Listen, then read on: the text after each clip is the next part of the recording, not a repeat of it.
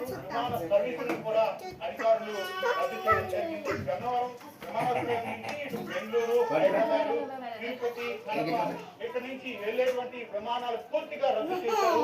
వాతావరణ పరిస్థితులు కారణంగానే రద్దు చేసినట్టుగా అధికారులు చెప్తూ ఉన్నారు. ఇక్కడ నుంచి సుమారు గిలకల్ ఢిల్లీకి వెళ్ళడానికి సుమారు 3 కిలోమీటర్ల దూరం ఉంది. అక్కడ మాత్రం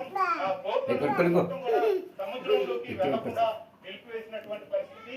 ఆ సముద్ర తీర ప్రాంతంలో మాత్రం కోటకు కూడా ఇక్కడ ఉన్నటువంటి కురుస్తున్నటువంటి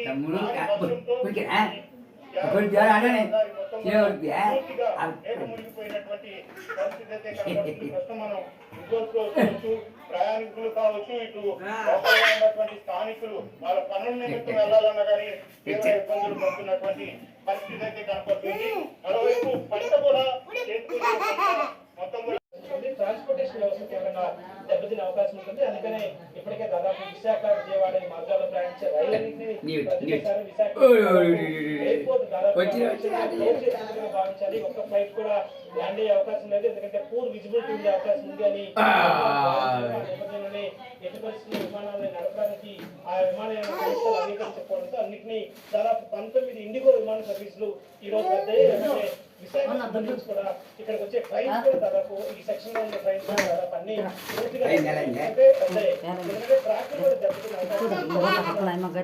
అవకాశం ఉంది. హైవే మీద ప్రయాణించే వెహికల్స్ కూడా ఇబ్బందికరంగా కొంత సో ఈ నేపథ్యంలో సమయంలో హైవే కూడా బ్లాక్ చేయడానికి అధికారులు ఏర్పాటు చేస్తున్నారు.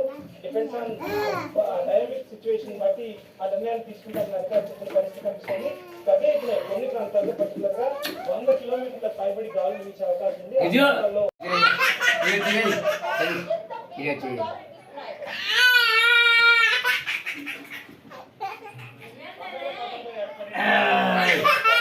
ఏంటవా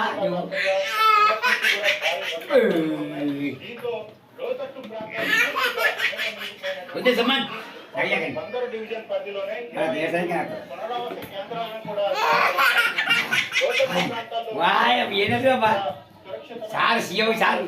తరలిస్తూ ఉన్నారు. ప్రస్తుతం మచిలీపట్నంలోని కోనేరు సెంటర్, ఇదంతా కూడా కోనేరు సెంటర్. ఇక్కడ